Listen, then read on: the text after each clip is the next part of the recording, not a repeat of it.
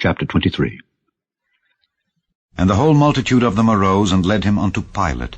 And they began to accuse him, saying, We found this fellow perverting the nation, and forbidding to give tribute to Caesar, saying that he himself is Christ, a king. And Pilate asked him, saying, Art thou the king of the Jews?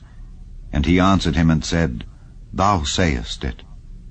Then said Pilate to the chief priests and to the people, I find no fault in this man. And they were the more fierce, saying, He stirreth up the people, teaching throughout all Jewry, beginning from Galilee to this place. When Pilate heard of Galilee, he asked whether the man were a Galilean. And as soon as he knew that he belonged unto Herod's jurisdiction, he sent him to Herod, who himself also was at Jerusalem at that time. And when Herod saw Jesus, he was exceeding glad, for he was desirous to see him of a long season, because he had heard many things of him, and he hoped to have seen some miracle done by him. Then he questioned with him in many words, but he answered him nothing. And the chief priests and scribes stood and vehemently accused him. And Herod with his men of war set him at naught, and mocked him, and arrayed him in a gorgeous robe, and sent him again to Pilate. And the same day Pilate and Herod were made friends together, for before they were at enmity between themselves. And Pilate, when he had called together the chief priests and the rulers and the people, said unto them, Ye have brought this man unto me as one that perverteth the people. And behold, I, having examined him before you, have found no fault in this man touching those things whereof ye accuse him. No, nor yet Herod, for I sent you to him. And lo, nothing worthy of death is done unto him. I will therefore chastise him and release him. For of necessity he must release one unto them at the feast. And they cried out all at once, saying, Away with this man, and release unto us Barabbas, who for a certain sedition made in the city, and for murder was cast into prison. Pilate therefore, willing to release Jesus, spake again to them. But they cried, saying, Crucify him, crucify him. And he said unto them the third time, Why, what evil hath he done? I have found no cause of death in him. I will therefore chastise him and let him go. And they were instant with loud voices, requiring that he might be crucified. And the voices of them and of the chief priests prevailed. And Pilate gave sentence that it should be as they required. And he released unto them him that for sedition and murder was cast into prison, whom they had desired. But he delivered Jesus to their will. And as they led him away, they laid hold upon one Simon, a Cyrenian, coming out of the country. And on him they laid the cross, that he might bear it after Jesus. And there followed him a great company of people and of women, which also bewailed and lamented him. But Jesus, turning unto them, said, Daughters of Jerusalem, weep not for me, but weep for yourselves and for your children.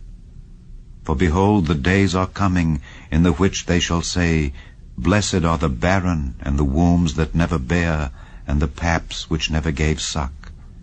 Then shall they begin to say to the mountains, Fall on us, and to the hills, Cover us. For if they do these things in a green tree, what shall be done in the dry? And there were also two other malefactors led with him to be put to death. And when they were come to the place which is called Calvary, there they crucified him, and the malefactors, one on the right hand, and the other on the left.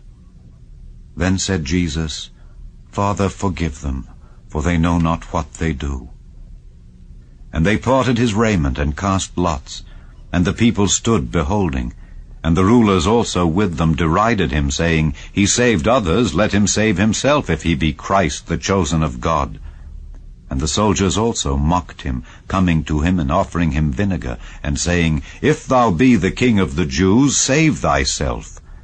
And a superscription also was written over him in letters of Greek and Latin and Hebrew, This is the King of the Jews. And one of the malefactors which were hanged railed on him, saying, If thou be Christ, save thyself and us. But the other answering rebuked him, saying, Dost not thou fear God, seeing thou art in the same condemnation? And we indeed justly, for we receive the due reward of our deeds, but this man hath done nothing amiss. And he said unto Jesus, Lord, remember me when thou comest into thy kingdom. And Jesus said unto him, Verily I say unto thee, today shalt thou be with me in paradise.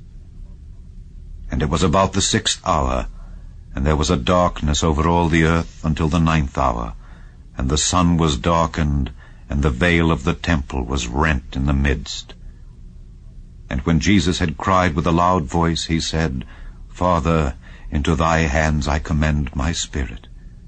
And having said thus, he gave up the ghost. Now when the centurion saw what was done, he glorified God, saying, Certainly this was a righteous man. And all the people that came together to that sight, beholding the things which were done, smote their breasts and returned. And all his acquaintance and the women that followed him from Galilee stood afar off, beholding these things. And behold, there was a man named Joseph, a counselor, and he was a good man and a just. The same had not consented to the counsel and deed of them. He was of Arimathea, a city of the Jews, who also himself waited for the kingdom of God.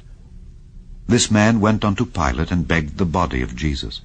And he took it down, and wrapped it in linen, and laid it in a sepulchre that was hewn in stone, wherein never man before was laid. And that day was the preparation, and the Sabbath drew on.